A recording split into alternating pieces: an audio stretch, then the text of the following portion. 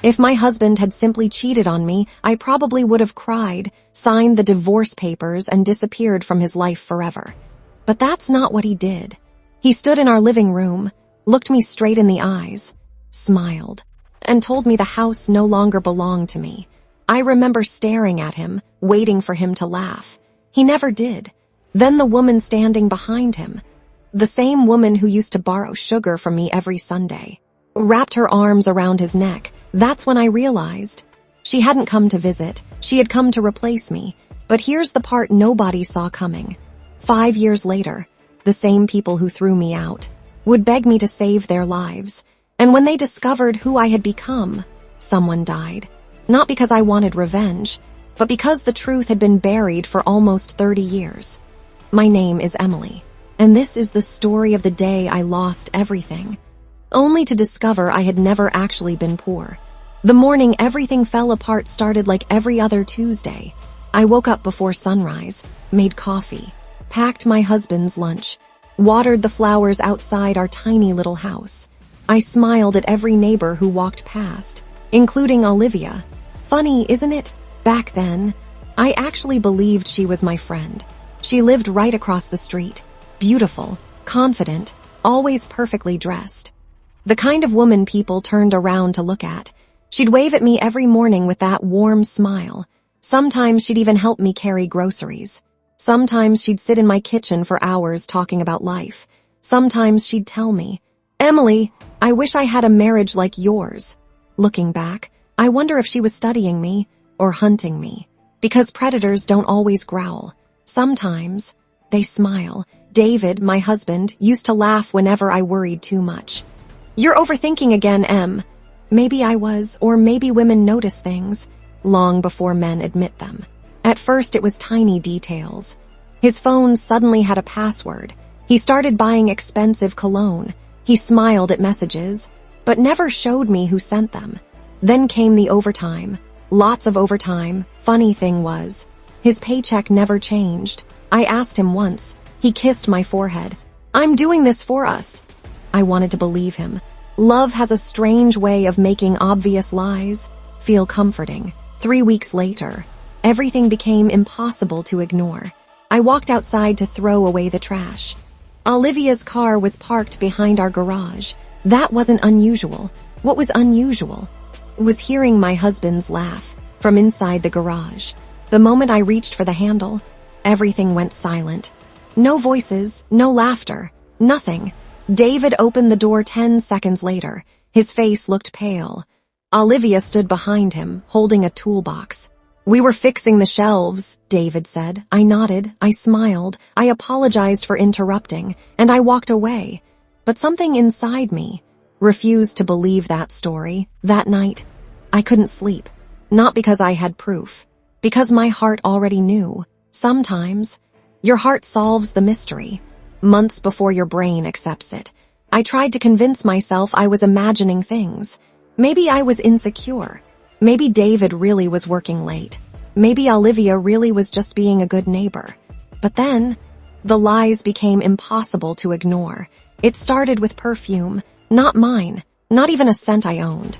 Every time David came home, that same expensive floral perfume lingered on his jacket.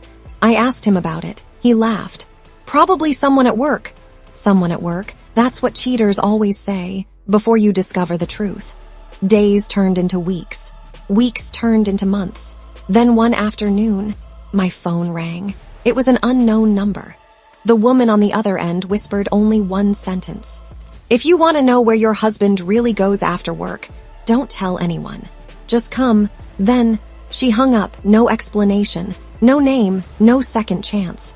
I stared at my phone for almost 5 minutes. Every instinct told me not to go. Every heartbeat told me I had to, so I drove. The address led me to a quiet neighborhood, less than 15 minutes from my own house. Nothing looked unusual until I saw David's truck, parked outside Olivia's house. I couldn't breathe. Maybe he was helping fix something, maybe. I kept inventing excuses for him. Funny how the human heart protects itself, even when it's being destroyed. I walked closer. The curtains were slightly open. I wish they hadn't been, because what I saw changed me forever. David wasn't fixing anything. He was dancing. Slowly, with Olivia.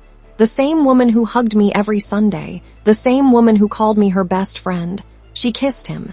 He kissed her back. Then, they laughed, as if I had never existed. I didn't scream, I didn't knock, I didn't make a scene, I simply turned around and drove home. Sometimes, silence hurts more than anger. That evening, I cooked dinner anyway. I set 2 plates on the table. David came home almost an hour later. He smiled. "Smells amazing." I looked at him, really looked at him. The man I had loved for 8 years had become a complete stranger. I wanted to ask him why. Instead, I asked, "Did work go well today?" He looked me straight in the eyes. "Busy as always." He lied so easily. I almost admired it. 3 days later, everything exploded. I came home from grocery shopping and froze. My suitcases were sitting on the front porch. At first I thought someone was playing a prank. Then, I noticed the locks had been changed. I knocked. David opened the door. Olivia was standing behind him, wearing my bathrobe. For a second, my brain refused to understand what my eyes were seeing. Then David spoke. "Emily, we're done." Just like that. 8 years. Reduced to 3 words, I laughed. Not because it was funny, because I couldn't believe it was real. "Move your things," he said calmly. "Olivia is moving in today." I stared at him. "This is my house too." That's when he smiled. A smile I had never seen before. Cold, confident, cruel. Actually, legally, it never was. Those 6 words hit harder than the betrayal itself. How could that be? My name had always been on every bill, every payment, every sacrifice. Then he held up a folder, documents, signed, stamped, official, and what I read next made the ground disappear beneath my feet. I couldn't understand what I was looking at. The paperwork looked real.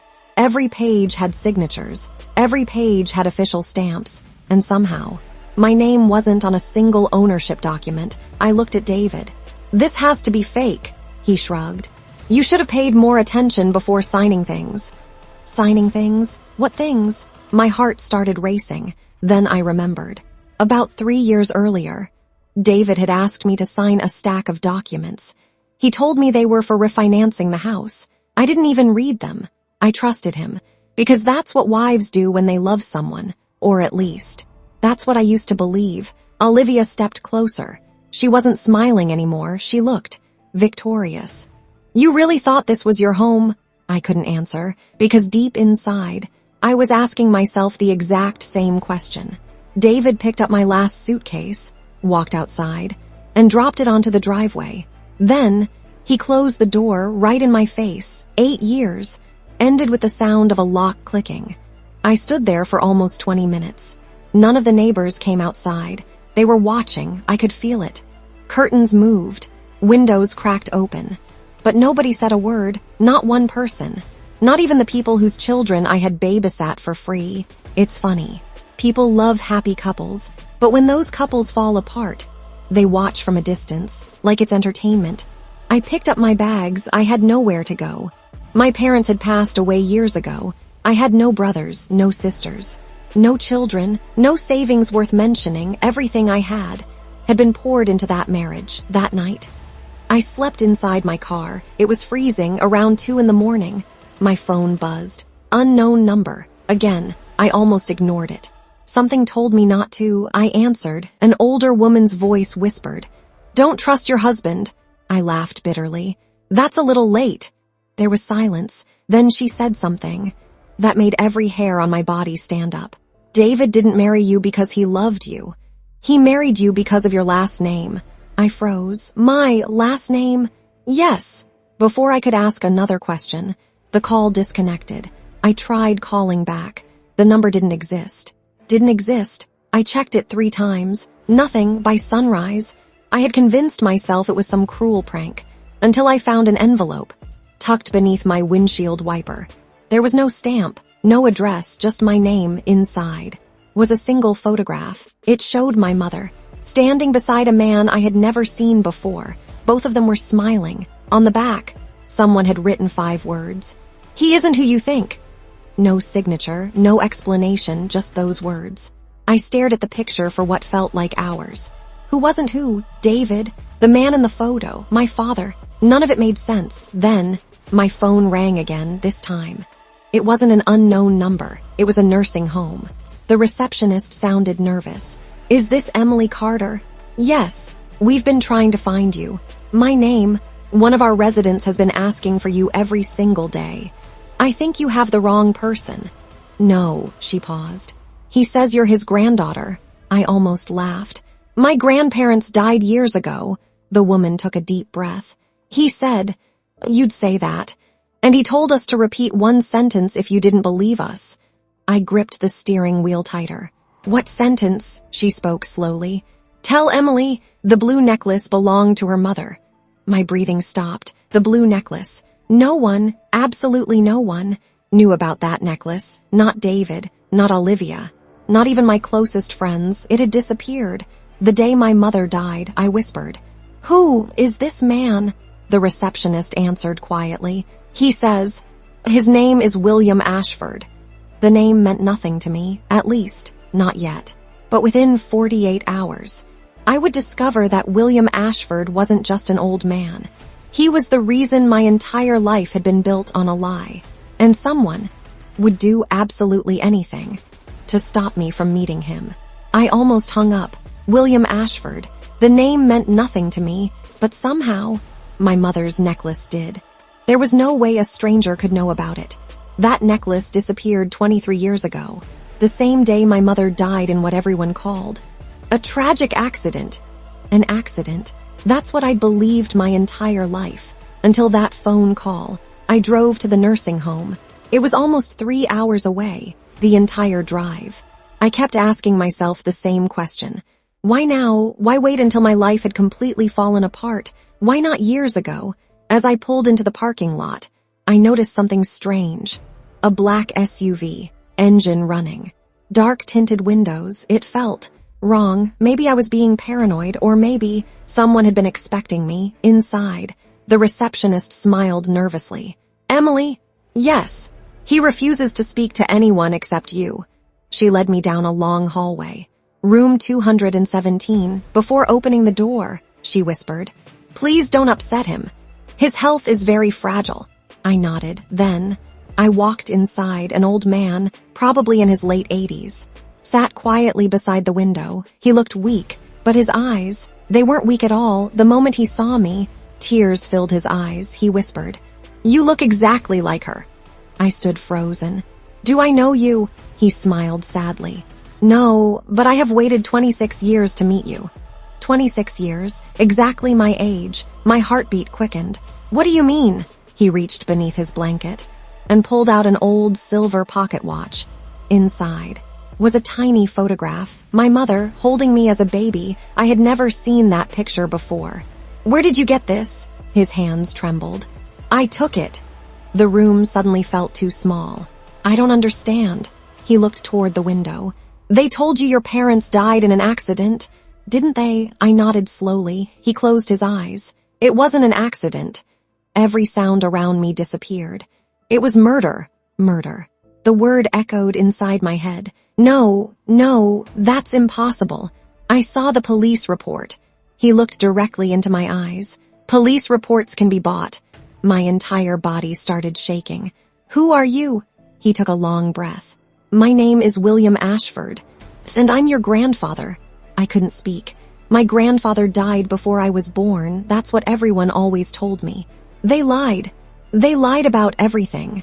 I stepped backward. "This can't be real." He opened a drawer beside his bed. Inside were dozens of photographs. My mother as a teenager, my mother graduating college, my mother laughing beside the very same man sitting in front of me. Pictures no stranger could possibly own. Then, he handed me a sealed envelope. "I've kept this for 26 years. It belongs to you." My hands trembled as I opened it. Inside was my birth certificate. I stared at it. Once, twice, 3 times. Then my knees nearly gave out, because the father's name wasn't the man who raised me. It wasn't anyone I'd ever heard of. I looked up, confused, terrified. "Who is this?" William's expression changed. He was the richest man in the state. He built one of the largest real estate companies in America. I frowned. So why have I never heard his name? Because, William whispered, someone erased him from your life. Before I could ask another question, the door burst open. A nurse rushed inside. Mr. Ashford, your heart monitor. Everything happened at once. Machines started beeping. Doctors came running. They pushed me outside. The door slammed shut. I stood there, unable to breathe. 5 minutes later, a doctor walked toward me. His face said everything. Before he spoke, I'm sorry. We couldn't save him. I felt my world collapse again. The only man who knew the truth was gone, or so I thought as I wiped my tears. I remembered the envelope. There was something else inside, a tiny brass key, and attached to it, a handwritten note. It read, Locker 309, Union Station. Open it before David finds it. I stared at the words. My blood turned cold. How did my grandfather know David's name, and why? Would David be looking for whatever was inside that locker? Bilkul. Yehan Part 5 Hi. Part 5, the locker that changed everything. I didn't go home. I didn't call anyone. I didn't even cry. I drove straight to Union Station. The brass key felt strangely heavy in my hand. Locker 309 stood at the end of a quiet hallway. It looked ordinary, just another old storage locker. But somehow, I knew my entire life was waiting behind that little metal door. I slid the key inside. It fit perfectly. My hands were shaking so badly, I almost dropped it. The lock clicked. I slowly opened the door. Inside, there wasn't money. There wasn't jewelry. There wasn't gold. There was only a small black briefcase. Locked. Another key was taped underneath it. My grandfather had thought of everything. I unlocked the case. The first thing I saw was a thick stack of legal documents. Then, a flash drive, and finally, a handwritten letter across the front. My grandfather had written only 4 words. Read this alone. I swallowed hard. Then I opened it. Emily, if you're reading this, I'm already gone. I'm sorry I failed to protect your mother. My eyes immediately filled with tears. 26 years ago, your mother inherited 51% of Ashford Global Holdings. I frowned. Ashford Global Holdings? I'd never heard that name. Then I turned the page. My heart stopped. Ashford Global Holdings owned shopping malls, office buildings, luxury hotels, and thousands of acres of land. The estimated value was over $1.8 billion. I couldn't breathe. No, this couldn't be real. Then came the next sentence. When your mother died, everything legally belonged to you. I nearly dropped the letter. Me? Impossible. If I owned all of this, then why had I spent my entire life struggling to pay rent? Why had I worked double shifts? Why had I slept in my car 2 nights ago? The answer came on the next page. Someone stole your inheritance, and they've been hiding the truth for 26 years. I felt sick. Who could do something like that? Then, I reached the final paragraph. The man who convinced David to marry you is the same man who ordered your parents' murder. I froze. The room suddenly felt ice cold. No, David couldn't have known. Could he? I plugged the flash drive into my laptop. A single video appeared, recorded 27 years earlier. My grandfather looked much younger. He stared directly into the camera. If anything happens to me, this recording goes to Emily. He paused. Then he said something I will never forget. If you're watching this, you are in terrible danger. My heartbeat echoed in my ears. There is only one person who had the power to steal your inheritance. He was my business partner. He was also your biological father's younger brother. I couldn't believe what I was hearing. My brother, Richard Ashford. Family, it was family. The worst betrayals always are. The video continued. Richard hired lawyers, judges, police officers, and eventually, he hired David. I covered my mouth. No, he didn't choose you because he loved you. He chose you because he needed access to the last documents proving your identity. Every memory suddenly made sense. The refinancing papers, the fake signatures, the marriage, the affair. The house, none of it had ever been about love. It had been a business transaction. I sat there, unable to move until my phone vibrated. Unknown number. Again, I answered. No one spoke. Then, a man's voice whispered, "You opened the locker, didn't you?" I froze. "Who's this?" He laughed, a calm, cold, terrifying laugh. "I've been looking for that briefcase for 26 years. My blood turned to ice. "Emily, you should have walked away." The line went dead. I looked around the station. People were everywhere, yet suddenly, I felt completely alone. Then, I noticed something across the street. A black SUV, the same one from the nursing home. Its headlights turned on. The engine started, and slowly, it began driving toward me. The black SUV stopped inches away from me. The driver's window rolled down. I braced myself, expecting Richard Ashford. Instead, I saw David. His face was bruised. There was blood on his shirt. "Get in!" I didn't move. "I said get in!" Before I could answer, another black SUV turned the corner. This one, I recognized. The same one from the nursing home. David grabbed my arm. "If you stay here, you're dead." For the first time, I believed him. I jumped inside. He slammed the gas pedal. "They're following us," I screamed. David looked terrified. "They found out you have the flash drive." I stared at him. "You knew about all of this?" He stayed silent. That silence was my answer minutes later. He pulled into an abandoned warehouse. He handed me another envelope. "I was paid $5 million to marry you." My entire world collapsed. "I never loved you," he whispered. "At least, that's how it started." Tears rolled down his face. "But somewhere along the way, I actually did." I laughed. Not because it was funny, because it was too late. "I don't believe a single word." "You shouldn't." He lowered his head. "But there's one thing you need to know." He looked directly into my eyes. "Olivia isn't Richard's partner." I frowned. "Then who is she?" David took a deep breath. "She's Richard's daughter." I felt like my heart had stopped. The affair, the marriage, everything, had been planned years before I even met David. Suddenly, gunshots echoed outside. Glass exploded. David shoved me to the floor. "They found us." He pushed the flash drive back into my hand. "Run! What about you?" He smiled sadly.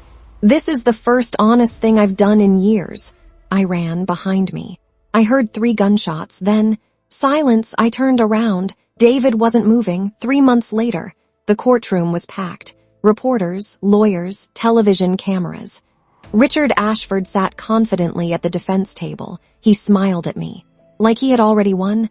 Then, the prosecutor played the flash drive. My grandfather's confession echoed through the courtroom. Every forged signature, every stolen document, every bank transfer, every secret payment, including the $5 million sent to David. Richard's smile disappeared, one by one. His own executives testified against him. His lawyers quit. His CFO confessed. Even Olivia walked into court.